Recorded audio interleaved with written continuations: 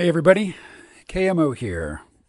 A little while ago I posted a video which was really just about 10 minutes worth of audio from a radio show that I did, talking with Doug Lane about how Jordan Peterson had a scheduled interview with Doug, a Marxist and a critical theorist, which he then backed out of, and then after that he went on the Joe Rogan podcast and claimed that Marxists don't debate him. Which is, technically true. If Peterson will not debate a Marxist, then it's true that the Marxists don't debate him. It's not true that they won't debate him, which is what I think he meant to imply. So I made that video, and the video at this point has gotten about 1,500 views, which is nothing by YouTube standards, but it's pretty good by my standards. It's not a video that I have a lot invested in. It's not one that I'm, really passionate about. I just threw it up there, and I will admit I gave it a deliberately provocative title, and one which gives the impression that I'm a Jordan Peterson hater, or at least, a critic of him. I am neither. Nor am I particularly a fan. I imagine if I were 30 years younger, I might be. But I'm just into other stuff at this point. I do know young people, young men, who are very into Jordan Peterson, and I don't see any problem with that.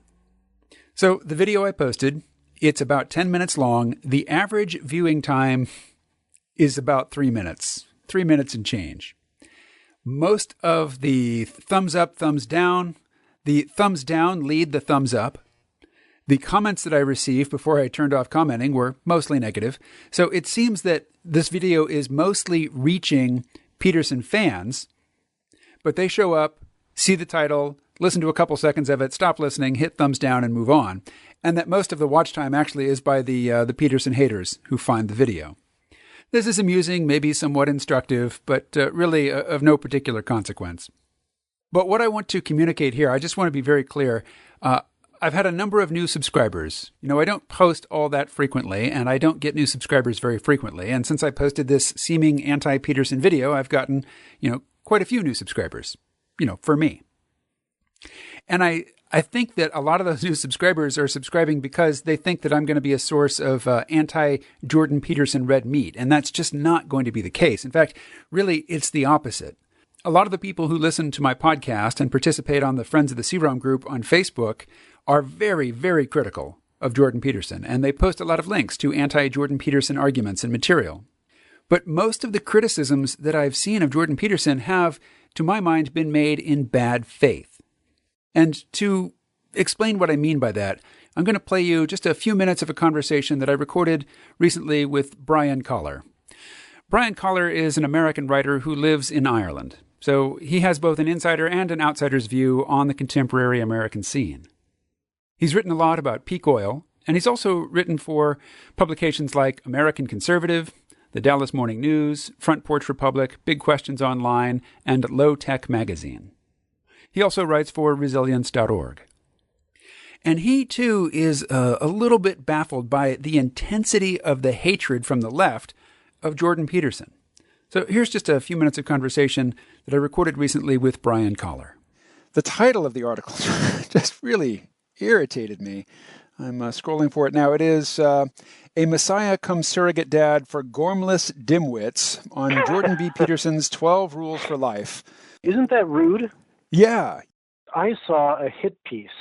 I read a piece about him called some months ago called "Is Jordan Peters the Stupid Man's Thinking Person?" by Tabitha Southey, and the entire thing is just this astonishing, sneering string of ad hominem attacks with almost no substance. You can name almost nothing bad that he said. But it's a really ridiculous piece. It's really shameful. I'll preface this by saying I've enjoyed Jordan Peterson's YouTube videos and podcasts. And the things, I don't agree with everything he says. Some things more than others. Some things aren't that interesting to me. But the same would be true of other people that I listen to, from John Michael Greer to Noam Chomsky to Anthony Esolen to a number of different people, some of whom are referred to as left-wing or right-wing, that all have some interesting things to say. I enjoy listening to them. They give me food for thought. Jordan Peterson is not very different than any of those people. He talks a lot about personal motivation, and says a lot of things like, well, the world tells you you can do whatever you want in life if you just, but actually that's not true.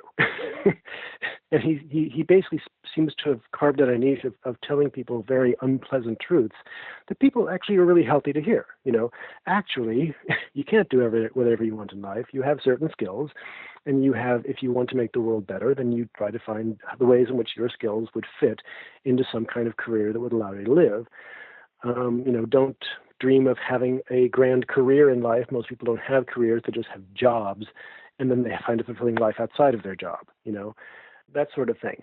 And he's not telling them in any kind of impolite way, but they're somewhat brutal truths that I don't hear from, say, most of the mainstream culture, which tends to say, you can do whatever you put your mind to. And it's actually rather uplifting to hear someone finally say, actually, no, you have a limited amount of time. You're going to die. You're not going to have as much time as you imagine you'll have. So get started. Can I read you something from this piece, from this hit piece on Peterson? Yes, please do. She writes, this is the Jordan Peterson, the Stupid Man's Thinking Person article by... I'm not sure where it first appeared, but it was by Tabitha. I've seen it reprinted many places. It's by Tabitha Southey. She writes, this is an actual quote from the article. To be clear, Jordan Peterson is not a neo-Nazi, but there's a reason he's as popular as he is on the alt-right.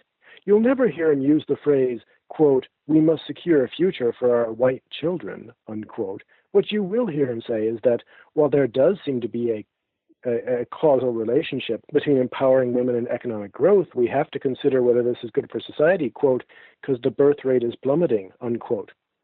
He doesn't call for a, quote, white ethno-state. It goes on like that for a while. In other words, there's nothing from him in that entire paragraph except the birth rate is plummeting.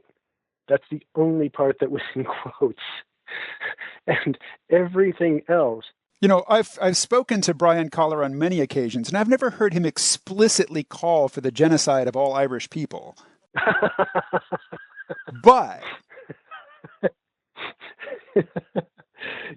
exactly, you could take just snippets out of anybody and do that exact same thing. Nobody has done that to me yet, but it's only a matter of time. I mean, it has occurred to me, what would happen if that ever happened to me. We've gotten off Jordan Peterson a bit. Is there more that you want to add to that? I can kind of rant on that topic, and I'd rather not. So, go ahead. I want to hear you rant. Well, I likened him to Terence McKenna. Terence McKenna is somebody who he's dead now, but he was a very entertaining speaker. Yeah. He had a prodigious memory, so he could stand on stage in front of a crowd of people and just riff on things and have just encyclopedic recall of all manner of things that he's read over the decades. So he can just, hold court indefinitely, basically, and it's captivating. But he was not an angel, and he was not above pandering to his audiences, and he was not above continuing to use material which had been discredited, by people that he respects and works with. So I remember a trialogue with Ralph Abraham and Rupert Sheldrake. They used to have lots of these three-way conversations on stage when the other two were basically pointing out to him all the ways in which he was saying things which were really unsupportable. Mm-hmm. But, he did it in an entertaining way and the audience liked it, so he kept doing it. And, there are valid things to criticize him about. But if I were to run across a criticism, a condemnation, not only of Terence McKenna, but anybody who would listen to him. Yeah. And the only things that this person said were those very specific places where Terence was, quite clearly off base. And they gave no indication whatsoever that they understood why he was appealing to the people who like to listen to them or like to listen to him. I wouldn't take that criticism very seriously. And I wouldn't consider it to be a criticism made in good faith. And the criticisms that keep popping up in the Friends of the Sea Realm are just like that. They are focused in on minutia and they show no indication whatsoever of any sort of receptivity to, the larger message, or any sort of willingness to honestly represent Peterson. And I just have no interest in that. And, if I don't know about somebody, it is intellectually dishonest of me to listen only to that person's critics and think that I know something about that person, having only listened to their critics. All right, there we are. Brian and me both explaining in different ways why it is that we are, one, unimpressed and unconvinced by the criticism of Jordan Peterson, and two, at least for my part, see it as evidence of something happening really below the level of consciousness, something that most of Jordan Peterson's critics aren't owning up to about themselves and their own motivations. So I don't plan to do a lot of videos about Jordan Peterson. So I would suggest scrolling through my other videos and seeing if there's anything there that is of interest to you. If there is, that's great. I'd love to get your comments on that content. If there's not, then this probably is not the YouTube channel for you. And that's okay. It really is. So if you're only here in the expectation of getting more anti-Jordan Peterson red meat, well, you'll be disappointed. But if you like science fiction, or you like thinking about the future, or you like thinking about questions of human consciousness, or possibly machine intelligence, then this might be the channel for you.